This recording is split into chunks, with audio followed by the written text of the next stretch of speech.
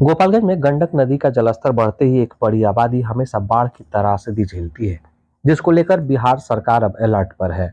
यानी बिहार सरकार के जल संसाधन मंत्री तैयारियों का जायजा लेने गोपालगंज पहुंचे हैं। नाक एवं गला की समस्या से है परेशान तो डॉक्टर अभिषेक कुमार ही बेहतर समाधान। ENT surgeon doctor Abhishek Kumar नई तकनीक से दे रहे हैं बेहतरीन सेवाएं। संपर्क करें दवाई वाला मेडिकल डॉक्टर कौशल्या चौक से 10 मीटर पश्चिम थावे रोड गोपालगंज। जल संसाधन मंत्री संजय झा जो गोपालगंज आए हुए हैं, गोपालगंज के अहरवलीदान, मेहंदिया, टंडसपुर तटबंध का उन्होंने निरीक्षण किया और उन्होंने कहा कि तटबंधों का एंटी इरोजन कार्य पूरा कर लिया गया है। यानी साफ तौर पर उनका इशारा था कि इस बार फ्लड फाइटिंग की कार्य पूरे हो गए हैं और हर हाल में बाढ़ से लोगों को बचाया जा सकेगा। लेकिन अब तक बाढ़ की कोई इस तरह की सूचना नहीं है। लेकिन जैसे ही बरसात शुरू होती है, नेपाल पानी छोड़ता है, उसके बाद ये परेशानियां शुरू हो जाती है। नेपाल से नहीं, नेपाल साइड में एक हम लोग हमेशा ये बात उठाते हैं। अच्छा आपने प्रश्न पूछा है कि देखिए, जो बिहार से ज़्यादा चिंता हम लोगों को नेपाल साइड के बारिश या नेपाल में जो काम है उससे हम लोग वहाँ भी काम करते हैं। तो वहाँ हाई डैम बनना है नेपाल में। अब दो कंट्री के बीच में तो भारत सरकार बात करेगी, बिहार सरकार तो नेपाल से बात करेगी नहीं।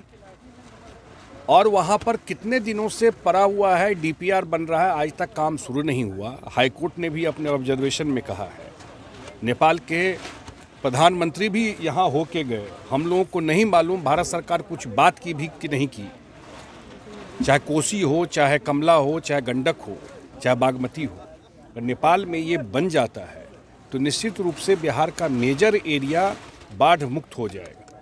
जब हाई डैम बन जाएगा, कंट्रोल पानी आएगा, तो ये बात एक कंसर्न है। लेकिन उसके अलावा जो हम लोग कर सकते हैं वो सारा तैयारी हम लोग किए हुए। वहीं उन्होंने साफ तौर पर केंद्र सरकार को भी आड़े हाथ लिया। उन्होंने कहा कि हाई डैम बनाने के लिए हम लोगों ने प्रस्ताव भेज दिया है, लेकिन केंद्र सरकार पता नहीं बात भी किया या नहीं। क्योंकि दो देशों की बात है तो केंद्र सरकार को इससे बात करना जरूरी बनता है। ऐसे में केंद्र सरकार अगर बात कर ले तो हाई डैम बनने की वजह से सभी गंडक जैसे कई नदियों में पानी कम आएंगे और बाढ़ से बचाव होगा। काम पूरा हुआ कि नहीं हुआ, अभी हम लोग वही चीज़ देख रहे हैं, फीडबैक ले रहे हैं। फिर अभी रिव्यू होगा जा कर के गोपालगंज में।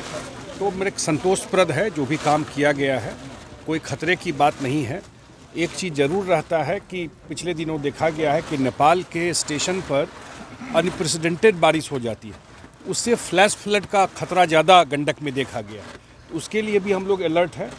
एक बड़ा काम जो नीतीश कुमार जी की अध्यक्षता में कैबिनेट ने पास किया है 2 दिन पहले, छारी नदी को पुनर्जीवित करने का 70 करोड़ के आसपास का काम है। और पैसा लगेगा तो और दिया जाएगा। और नदी जोड़ो योजना में गोपालगंज शहर के बीच से नदी बहती थी और 2003 में सुलिस दे करके बंद कर दिया गया। तो आज हम लोग वो भी देखने जा रहे हैं और उसको हम लोग गंगा से जा कर के सोनपुर में मिलाएंगे। तो इस काम से बाढ़ का प्रभाव भी कम होगा, सिंचाई की सुविधा भी बढ़ेगी, वाटर टेबल भी ठीक होगा। आज जो छठ पूजा पाठ करते हैं वो भी शहर के बीचों बीच पानी में। वहीं उन्होंने कहा कि सांसद की पहल से इस बार 70 करोड़ रुपए की लागत से छाड़ी नदी को पुनर्जीवित करने के लिए भी योजना बनाई गई है, जिसमें यह पारित हो गया है।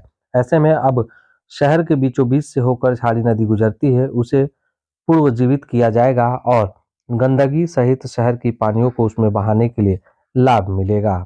सांसद की पहल से अब गोपालगंज के लोगों को भी बड़ी सौगात मिली है। अगर आप हमारा चैनल यूट्यूब पर देख रहे हो तो सब्सक्राइब जरूर कर लीजिएगा। फेसबुक पर देख रहे हो तो लाइक करिएगा, शेयर करिएगा और कमेंट देकर हमें सुझाव जरूर दीजिएगा। धन्यवाद।